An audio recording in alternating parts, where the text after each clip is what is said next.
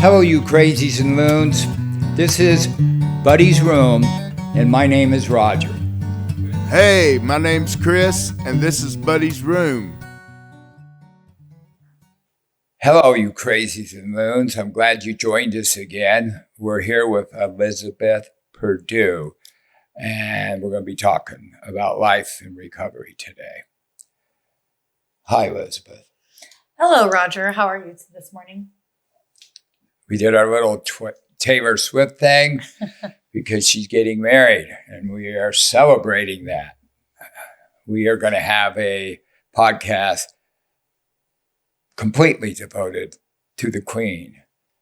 Congrats, Taylor. Anyway, Elysebeth, how old are you now? Today, I am 29 years old. Ooh, you're not even 30 yet. You're young.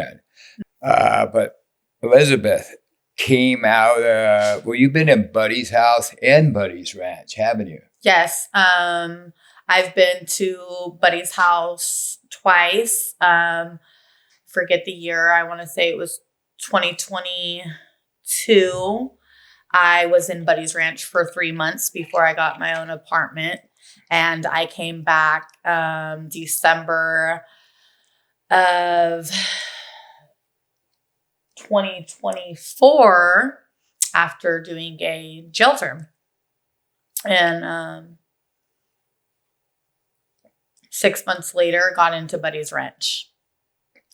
Well, good. And you're still in the ranch? I am still in the ranch. What do you think of Buddy's house and Buddy's ranch? Is that a good facility? So I have to say I'm very thankful for Buddy's house.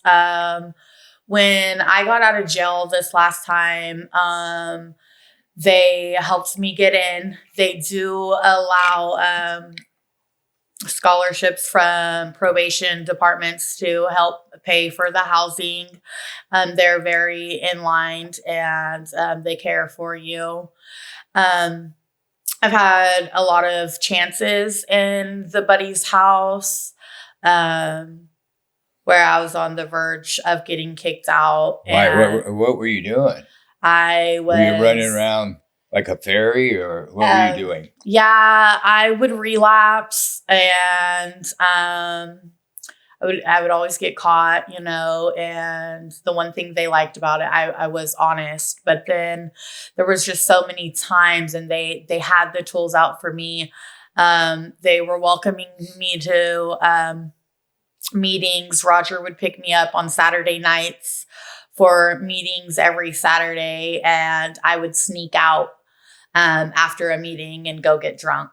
Wow, those meetings must have been really uplifting and kept you, took the desire of drinking right from you, huh? Yeah, I just wasn't ready. I was going through some things where I just wasn't. I knew I wanted to get clean and sober, but I didn't know how to. If I had friends that would hit me up to go do certain things that we like to do, just go and make money and have fun and have a couple drinks, like I would go out, and I would miss the meetings in order to go do these things while I was on blackout. And what's blackout? Blackout is when you get in trouble for relapse, yes. And you get in trouble for relapse. You have to attend 3 meetings a week. Outside, or they provide garage meetings for us clients, and they would like for you to do a community. Is it called community service? Yeah, they would like for us to do community service during this blackout. You have to go down to the office for an itinerary pass in order to get a pass for where you would like to go. And if it does not have to do with your recovery, you most likely are not going. So how many times were you on blackout? I want to say I was on blackout twice. Maybe 3 times. So it was so fun the first time you wanted to do it again? Yes. Is blackout fun? Definitely not. Not fun. It's hard when you have a house mom that's telling you you're not allowed to go anywhere and you wait for her to go to sleep to sneak out, you know. So you wait till it's all blacked out all over the community, and what and then you normal go. person is leaving in the middle of the night? night? So you live kind of like a vampire. Yeah, something like that. Edward and what's her name? Bella? Yeah. Yes. Bella. Yeah. Anyway, so tell me a little bit about your childhood.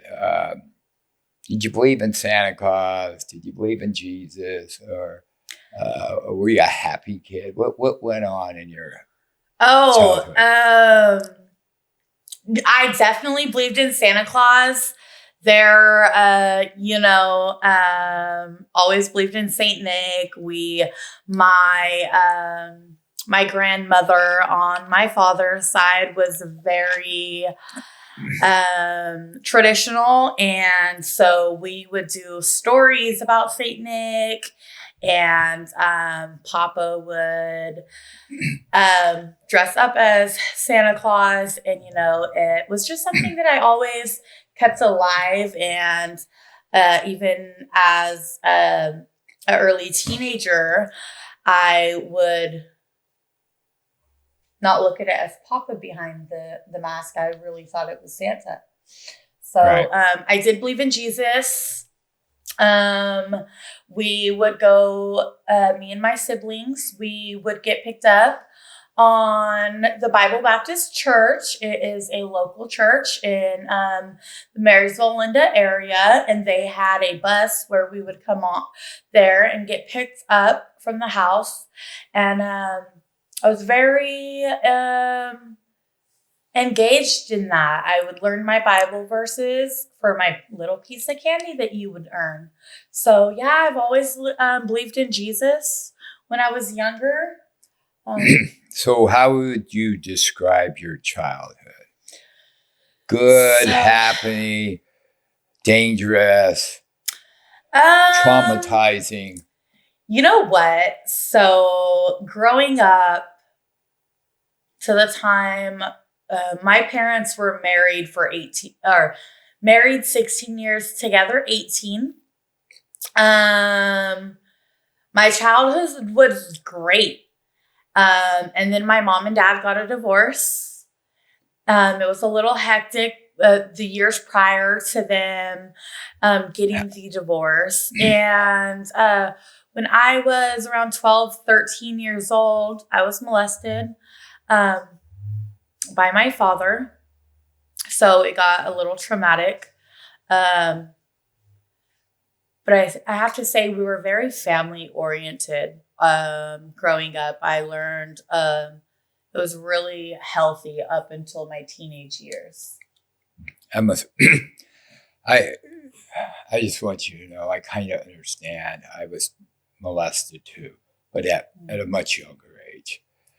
But it messed with me, And back then, in the 60s, it was you never take it out of the house. Yeah. Yeah. So, but I was talking to you before on the way here, you decided to expose your father. Yes. And that you must have been fearful. Oh, you probably have certain people not believing you.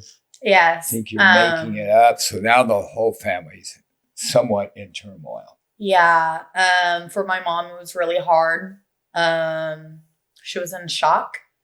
Something, although her beliefs against my father, but between their problems, she always had looked at him as a good dad. So she was in such shock. I was a daddy's girl growing up. So when they got divorced, I moved in with my father. And is that when this happened? A few years later, yes. Yeah. Okay. And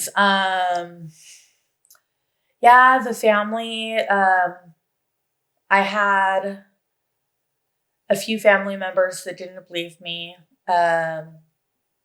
you know, and it was really traumatic. I was young. I didn't know how to go through with it. Right. I ran away. Who did you go to first? So I actually, my boyfriend at the time, we had talked about it, and there was a night where me and my father got into an altercation, and I was scared. And I reached out, and he told me that I needed to go to my mom. And so I called my mom, and I told her, I need to talk to you. Like, can you come and pick me up in the morning? And she had asked me, she said, Elysebeth, can your dad be there? And I said, no. She asked me if Carl can be there. And who's Carl? Carl's my stepdad. Okay. Yeah. So, and I said yes. And they came and picked me up. Juan, that is the children of my father. We were together from the time I was 12 to the time I was 19. So he was my boyfriend at the time. And he told my mom, he met us at the end of the driveway, and he told my mom, and the first thing my mom did was tell me I had to go to the police station. And I was so scared. And they told me, what if they get to your sister? Or what if he gets to get somebody else? And that's kind of when it all hit.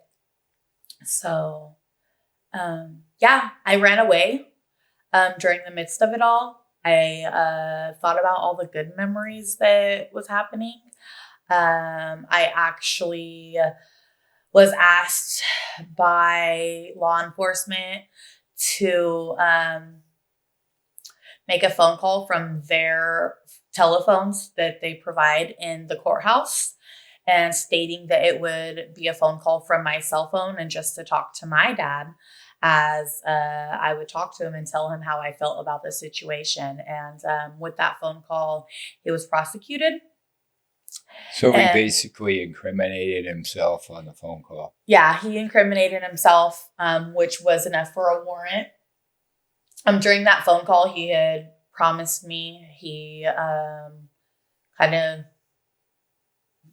was a little, what do you call that word when you he was sympathetic. Yes, thank you. He was sympathetic. He told me he would never do it again. And at this point, it was too late. You know, I was really scared. Yeah, I have mixed emotions about him.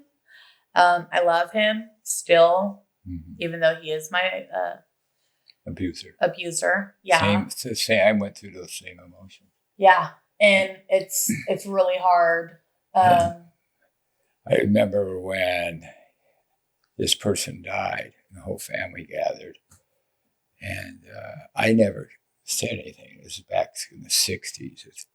Actually, though, he did get arrested for molesting another girl, a girl in the neighborhood, and he did some prison time. But I remember when we were buried, had a regular funeral, and over the graveside, like everybody was crying, but I couldn't cry. Yeah. But I was crying inside. I don't know if it's hard to explain. Like I had an amazing amount of grief because this man built his scooters. He was the cool grandpa, but he had this little thing about him. And he would do it when he was an alcoholic, and he would do it when he get tipsy. And he could, well, obviously, same as you. Same as mine. He would never do it. Yeah. If he was not on the alcohol. And so it's hard, you know.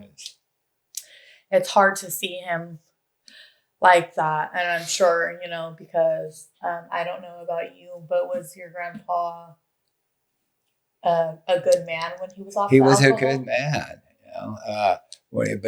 But he couldn't stop drinking, you know. Yeah. But he was a great grandpa other than those instances. I remember he'd be in the garage and he would take a swig off his bottle and he'd say, "Don't you tell grandma about this." So it was already already ingrained in my family that you don't tell. Yes. But I probably should have. He got it anyway. But so what I do now is how I've turned that for myself is I no longer look at that in grief. I look at it as an opportunity. And the opportunity is when you talk about what you went through, I know. Yeah. Like other people don't know. Other people go, oh, that must have been horrible and all that stuff. But it's more complex than just simple, oh, I hate this guy now. Yes. It's more complex. Not to minimize it not being somebody in the family, because I've also experienced it outside of my family.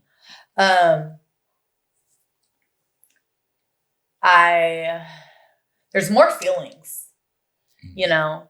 God says not to hate anybody, but hate things that they do. And early of all of this, it was really hard not to hate my dad. Yeah. Or your early development, you felt betrayed. Yes. So, and I still fight those feelings of like, I have a stepdad, but I don't, and it's really sad, and it's emotional for me. I don't know how to call him dad. I only call him dad certain times, like during Father's Day. I'll say Happy Father's Day, Dad, and that's just been a few years. You know, I don't really call him dad to his face, but behind his back, I call him dad to everybody. Okay. And I don't call him by his name, you know. And so your mom now has another man. Yes. And how is that guy? Is he a good guy? So my dad, Carl, he is the most amazing man that has walks the planet. I feel like he's like hand in hand with Jesus, you know. So that's your stepdad. That's my stepdad. Yes. Who finally, you know, now you had actually, and I shouldn't say it. It seems kind of cold, but you finally had a man who showed you how a father should act. Yes, exactly. Yeah. And you know, I really admire him. During my addiction, I was very hateful, vindictive, and he loved me every step of the way. That's amazing. And he's never given up on me. A recent incident happened where the devil was, I had relapsed after I left the buddy's house the first time. I never got my alcoholism under control. And which caused me to relapse on the methamphetamines. And the devil was telling me lies about a few people in my life, and I believed them. And I had stated something to my daughter that I should have probably not said, you know. And so to your daughter. Yeah, to my daughter, about her papa, and it was the devil. Just all my trauma had hit me at once, and so he still cares, you know. Yeah. The relationship is he has recently sent me. He's a very godly man. He has recently sent me a YouTube channel on what he watches, because he watches YouTube a lot on about God. So cool. It's been a step. So I'm really like that's thankful. Your biological father? No, that is my stepfather. Okay. So when was the first time you partook in either alcohol or drugs? So I I have to say, we used to do family parties. I remember, I want to say we used to do Easter at my aunt's house up in Napa. And they would have cake stands. And I would have, my father would allow me to go grab his beer, pop it open, and take a swig. That was occasional, right? About my 7th grade year, I was allowed to drink at home with my dad. With my dad at home. And you were how old?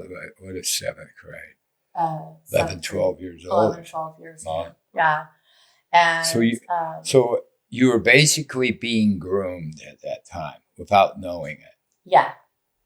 And where I started, my stepmom, I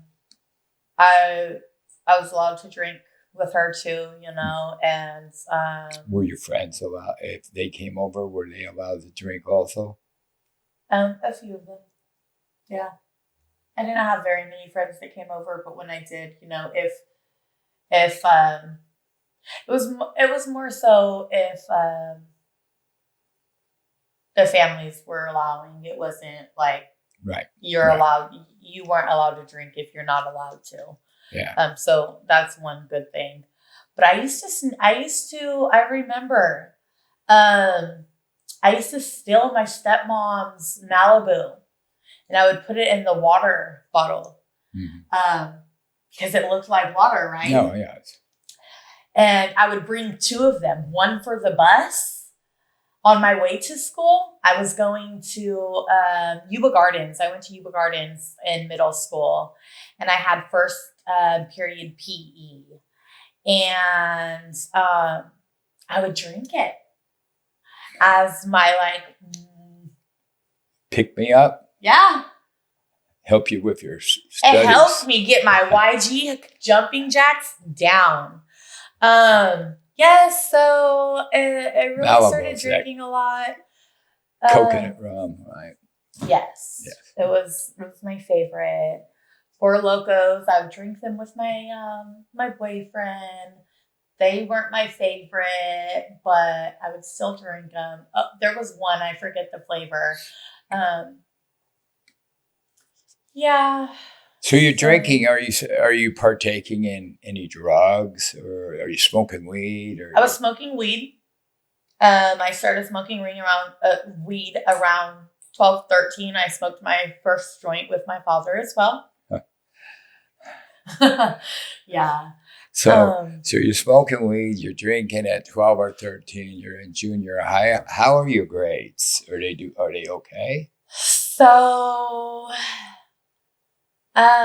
Most of my grades were really good, and I had an English teacher who would give me F's in my grade. F? And it was F minuses. F minus. In order to have an F minus, you would have to not do your homework. And you did. And I did. So my mom actually went and talked to the principal about it, because she said that means my daughter's not participating in classwork, grades, test. And I would English was not my class, you know. And I cannot lie. There were times to where I would get kicked out of her classroom because I would be talking to other people. But I did do my work, you know. And wasn't very good in English. So my test would be like C's. So, you know, I would have maybe had a D average in that class. And she didn't like you. She didn't like me, and my mother knew it, and she went to that school for me and vouched. I was almost not a graduate because of it, but when they looked deep into it, there was classwork. She was just being a phony. She was putting personalities before principles. Oh, I like how you said that. Yes. So you're in junior high. Now you're in high school. You still have the same boyfriend? Still have the same Is this boyfriend. you have how many children? I have 2. And he is the baby daddy of both? Yes. Okay. And how old were you with your first child? I got pregnant at 15 and Had the birthed child them at 16. Yeah. And the second one? Pregnant at 17, had her at 18. Did you finish high school? I did. Graduate? I walked the stage. Both of my kids and my younger sister walked me down the stage. That's quite a feat. Yeah. That's quite a feat that you were able to accomplish those goals during the beginning stages of alcohol and addiction. Anyway, we're going to take a short break, and then we'll come back and we'll zoom through more of Elysebeth's life. This podcast is brought to you by Buddy's Ranch and Buddy's House, the premier recovery destinations in Northern California. We believe in the power of community and connection to support individuals on their journey to recovery. Hello, everybody. We're back here with Elysebeth, and we were talking about her childhood, and it's pretty heavy stuff, trauma-filled teen years. But let's flash forward to 17. I think, is that the age that you found the wonderful world of methamphetamine? It is the day of my birthday, actually. Wow. At this point in my life, I had one child. He was 10 months old. My mom helped out with my baby's father. He did not have parents that could take care of him, so my mom did. She didn't want me to be pregnant again at such a young age before college, so I did not live with her. I was supposed to be living with my grandma, but I did what I wanted, and so I did what I wanted, and I actually lived 2 blocks away. I had court. I had gotten into a car accident, and one of my friend's aunt's cars, and I had court, and my friend was an addict at this age, and she had went with me on my way to court. We went to the drug dealer's house. She went into the bathroom. That way it was like confidential and not in my face. And the dealer asked me if I used it, and I said yes.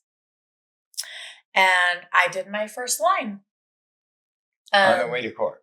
On my way to court. I was like, well, if I go to jail, I'm going to be high. Maybe kids in juvenile hall will have it. Did you go to jail? I did not. So and they didn't even know you were wired? No. Oh, wow. You played it off pretty good. That's and when I seen my mom, I made sure I had my sunglasses on. Like, you couldn't see your pupils. Yes. Is your mom hip to the game? Does she know? My mom. Does she know about meth? She stopped doing meth when she found out she was pregnant with me. So I don't know the time, how long the period she did meth, but she's never used meth since I was born. So now you got a 3-month-old. You're doing meth. 10-month-old. How much? 10 months. 10 months. Sorry. It's okay. So after you did this first line of meth, did you think it was wonderful? I loved it. I fell in love. My friend was a little upset, but what can she do? And I started doing lines every day before school and at lunch in the bathroom. But you were not breastfeeding. No, I was not breastfeeding. So where's baby daddy during all this? Juvenile hall or my mom's house. Your mom's house? Yes. He lived at your mom's house? He lived at my mom's house. But you weren't allowed there, but he was? So my mom gave me the ultimatum of me living at her house and me living with my grandma because she didn't want us to have 2 kids at such a young age. She is a Christian. She don't believe that. She didn't want you guys lying together. Correct. Yes. Okay. So, So she tried to keep you guys separate. yes. But young lovers, Joe. like Romeo and Juliet, they're going to figure it out. Yeah. They can figure out how to do math. They can figure out how to hook up. Yeah. So you got pregnant again. So I did end up getting pregnant again. Now you have 2 boys? Nope, I have a boy and a girl. Oh, wow. I got blessed. Yeah. Perfect arrangement. So what's baby daddy doing now after kid number 2? He went to jail when my daughter was 6 months old. So what was he, a little hoodlum? Hoodlum. Yeah. Was he? He was. What kind of crimes would he commit? He wasn't hitting you, was he? He was. He was. Yeah. I tried to get away a few times. He threatened to kill himself. He threatened to kill me. He threatened to show up to my mom's house if I tried keeping the kids away. Then he proposed to me 2 months later after threatening me because I was getting ready to move out. And you married him?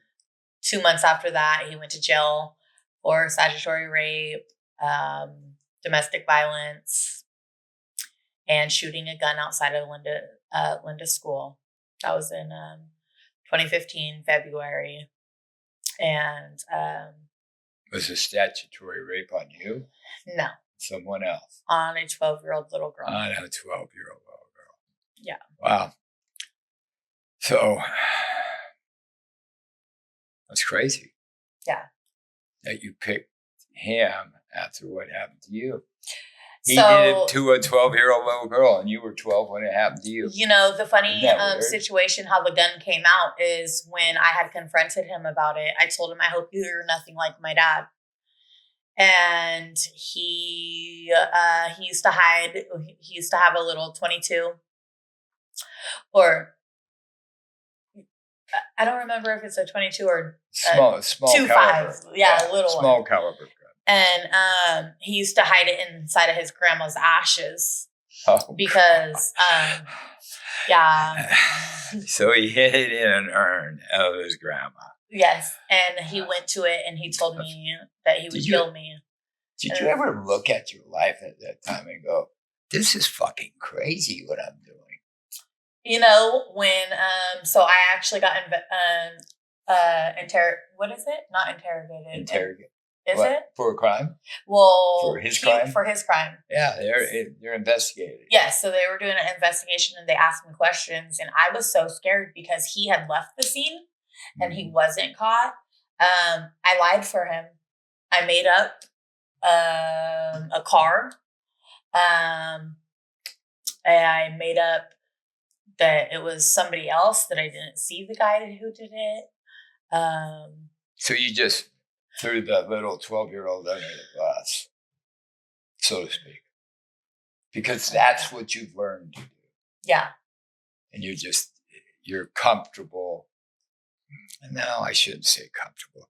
You have been desensitized to that type of criminal behavior. I didn't know anything, and I would not take my family's help that they wanted to do for me. Like, I was constantly running. I constantly let everything that was bothering me build up inside. I used my addict behavior. Now you're using math on a kind of daily basis. Yeah. Yeah. Drinking too. At the time when he got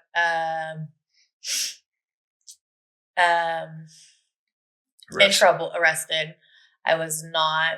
He was using a lot of cocaine. I had just had my daughter, so I was clean off of that. But we did drink a lot of alcohol, and yeah. So this went on.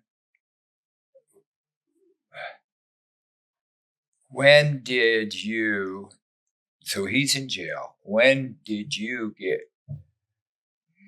How did you get separated from your children? I left him on March 11th. He had court at 9 a.m. on March 11th. It was the day before my birthday, 2015. and he took a statutory rape charge. And how old were you there this time? It was the day before my 19th birthday. Okay. He was 18. I was 18. I was Right. getting ready to turn 19. And the minute me and a few of my friends walked into that courtroom, the minute he took a statutory rape charge, I walked out. I was done right then and there. Because no man is going to take a statutory rape charge if they did not do it. No, because it's not it's not good on your jacket. Correct. Yes. It's not good at all. Right. So they promised him last time protective custody. Another slap on his hand. Did they put him in jail? No prison. Okay. So when did you now get separated from your children? You're still drinking, you're still using, but just not him in the picture anymore. Yeah. And so after that is when I turned into a real alcoholic. I was drinking a gallon of Jack a day. I was going to the river every day with all my friends, drinking. That happened. So I left him March 11th. And when did you lose your children? I didn't lose my children until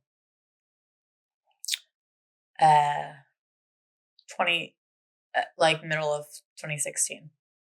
And why did you lose them?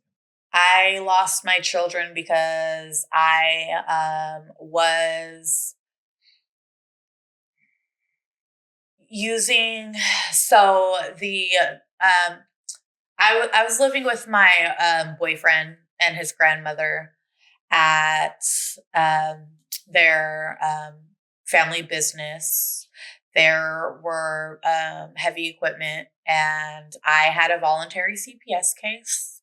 This voluntary CPS case. How did you get that? Why did you volunteer? I volunteered because of the case that happened with my baby's father. And there was weed that was in my room that my 1.5-year-old could have got to. Okay. So I needed the help, and so I needed you had the tools. voluntary, you got the services of CPS. Yes, I was clean and But sober when I lost my kids. You were? Completely. Why did they take them then? No housing. So it wasn't, CPS never took my kids. I ended up moving in with my grandma. I was lying about where I was staying at first. So you gave custody to you. Not custody, guardianship. So it was kind of like I was living in with my grandma. An incident occurred. We got into an argument. She kicked me out. My boyfriend at the time had talked to me. This isn't baby daddy. A different one. No, this is a new guy. He had stated that the best thing, instead of staying in the car with my kids called him dad at the time. So with our kids, he had stated that grandma. Allow grandma to keep him. Yeah. So I was showing up every morning at 6:30 in the morning. I was taking her son to school. I was doing all these things. I left for 1 week in Torino with my boyfriend and one of our friends. And grandma said that I was late for my appointment that day. So she I was asleep in the parking lot and didn't wake up on time. So my CPS, she didn't approve. So she called CPS. So she said I was abandoning him. Yep, she called them. Basically told them the truth, or what she felt was the truth. Were you ever making money on illegal activities? I want to say, so I started prostituting. My best friend passed away in 2018, and I started doing it shortly after that. So I was making money. Did grandma know about this? I'm sure she did. Yeah. So you've had quite a checkered difficult life. And a lot of it stems from, I think, I'm not a doctor, so I can't say this, but I imagine you have some post-traumatic stress syndrome stuff going on in your life.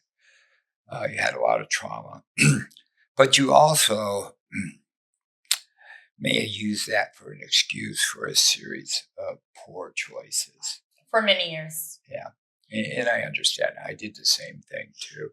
So let's flash a little forward to your children were taken and you finally realized that the road you were taking wasn't going to get any better. Right. And so you started reaching out for help at that time. Yeah. I mean, the first time you kind of reached out for help was getting your CPA, voluntary CPS case. Right. You felt you needed help. But when did it finally click that, Elysebeth, I can't change. I don't know what. To me, it was like, Roger, I don't know what the fuck I'm doing. I don't want to live like this, but I don't know any other way. So I ended up going into treatment. I don't know if that's your same experience, but I went to treatment a few times. Yeah. I never lasted. But I remember it was January, I want to say 15th to the 15th. I had a spiritual awakening. This year? 2021. Oh, okay. I had a spiritual awakening. I used to pray to God every day that my life would change. What would have my life been like if I would have had the baby that I was last pregnant with? Would have I taken the help from his mom the way she wanted me to? Because she has always tried helping me. She works at Pathways, so she always tried helping me, but I never took the help. And I really was just in a really deep spot, and it was an awakening. But it didn't stick. So let's flash forward. Let's flash forward. You kept relapsing on meth. No, I only stayed sober on the meth. Off meth, but the other stuff you did. But the alcohol I was still doing. So then you end up this time in your recovery now. You got, almost 5 months? Now? Almost 5 months on the 12th. Yeah. And you ended up at Buddy's house. Mm-hmm. And you were struggling a little bit with Buddy's house. Maybe because probably I was you didn't have quite... and drinking. Yeah. So you realized you needed more help. And I think that's when I intervened and I said, we need to get you in the ranch. Yes. Remember that? Yes, I do remember that. And I thank you so much for that, because the ranch is just, although it's not a spiritual program. It's evidence. It is spirituality, and God is there. Yes. And you got your mind clear enough. You did this. You put yourself into this place. Yes. I mean, you got yourself into trouble, but you also you went over to sober living. You realized it wasn't quite the level of treatment you needed. So you allowed me to guide you into the ranch. And then you took a hold of what the ranch was putting. Yes. And you put it into your heart and you opened up your mind to where you could reconnect with God again. Yes. And stop doing that. I remember when you were thinking about, never mind. I mean, are you talking about when I wanted to go to the strip club? Yeah, well, you convinced your probation officer that was okay. And I'm just sitting there going, what is she doing, probation? Yeah. But I had to let you do your thing. Yeah. And it didn't work. No. And so you ended up in the ranch. And I got to tell you, I'm extremely proud of the way you have taken hold of what the ranch has presented to you. Thank you. Because I thank you guys for this program. I couldn't have done it without you guys. You're one of those people that came in here. I like you. Okay, Thank you were a you. little quirky. I like quirky. And but I was saying, this girl ain't gonna make it. Yeah. You know, and I now you're remember. proving me wrong. Yeah. And that's kind of what I like doing what I do. You know, you can get people that come into the treatment and they'll say all the right things. You go, wow, this guy's just knocking the ball out of the park. And then as soon as they leave, within a month, Yeah. they're high and loaded again. You know, and with some of the fentanyl users, if they come into treatment, they get all well and wonderful 5-6 months, and then they leave and they use fentanyl again, and they try to use it at the same level. Some of them die. I mean, really, really die. I know people have died. Yeah. So what are you doing now to stay sober? So right now I am going to meetings. I'm meeting with my sponsor. I'm working the steps. I reach out to 3 to 5 women that are in the program that have more clean time than me. Is that the 5? Did I say all 5? Yeah. So does your sponsor know you are her sponsee? Oh, hold on. What? Yes. Yeah. Okay. You know, some people say they have a sponsor, but that person don't even know their sponsor. So, me and my sponsor, we work together once a week. Sometimes we get in twice a week.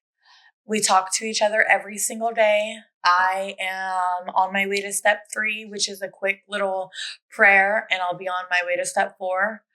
And then I get to do all the fun stuff. Yeah. What is it? Taking inventory of... a moral inventory of yourself. So and I get to share it with your sponsor. Yeah, I get to talk about, like, I get to forgive myself for being a bad mom, being a bad daughter, like, all a bad sister. Yeah. So I get to, like, you're gonna find out. You're gonna find out though, during that process. You're going to find out you were not a bad person. You were a good person who was sick.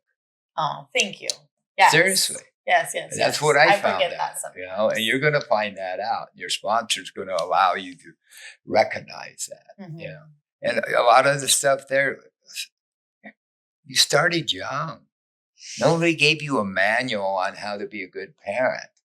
You know, right? You had people maybe telling you, like grandma or auntie or something, but no one put you in a classroom that you had to graduate on how to be a mom. Right. So, and you've been through a lot of trauma, and you were probably using some of that stuff to suppress your trauma. I really hope that you are going to be able to find it. I'm sure you have at the ranch done some, stuff, uncovering that old stuff, kind of like peeling an onion. Oh, yeah. So I was just talking to the director the other day, and he asked me, I had went in a total scare. He asked me if I was ready to graduate, and I was like, hold the brakes, Yeah. And I do have the tools today. But what I feel like is I'm only almost 5 months clean sober. It's like a newborn. It's like a toddler learning to walk. You're still gonna fall. Yeah, and you still need to be watched. Yeah, exactly. You just can't let you go down the street. So although you have 1 or 2 or 3 steps, if you go to run, you're gonna face plant. Oh yeah. And this is what the director told. Yes. And the director told me, you're doing like you're trying to do too much. I was trying to look for work. And okay, so we covered the topic on the work. And now I'm like, well, if I don't have to find a job, then I want to, like, I am in school online right now, but it's not, I have came to believe that I want to do drug and alcohol dependency counselor. And so I'm like looking into that. And so he's like, you can't overdo yourself. So right now I'm in a recovery court with probation. I start in September, going there twice a week for an hour for recovery court to learn a little bit more on my recovery and do some outside work with them. And I also have matters treatment program that I'm in because You beat somebody up? Did You beat dude up? I mentally and emotionally abused my grandmother and my children. Okay. And so I'm getting help right now with that. And I go every Tuesday. It's a 52 week. I'm a graduate of that. Really? I am. High five. So I learned a lot. I learned a lot about anger, and I learned that angry people attract angry people. Elysebeth, I just want to tell you how proud I am of you. Thank you, Roger. And how much I truly, truly love you. You brighten up a room when you come in. I love you too. And we're both a little bit crazy. Bunch of alcoholics. But that's okay. Yeah. Together, we're going to get this, right? Yes. So keep me informed, of course. I think you'll probably end up in Buddy's house. So. I think I'm going to go to another program after this. Are you really? Yeah, I'm going to. Where at? I think I'm going to go to the Salvation Army, the depot. Oh, okay. Yeah. Cool. Good. You might be able to get some visitation with the kids there. Yes. Okay. Anyway, I want to thank you all for joining us. Bye. Hey, if you like what you've seen today, subscribe and hit that little like bell so we can get out to more people like you that may need help. Thanks for watching.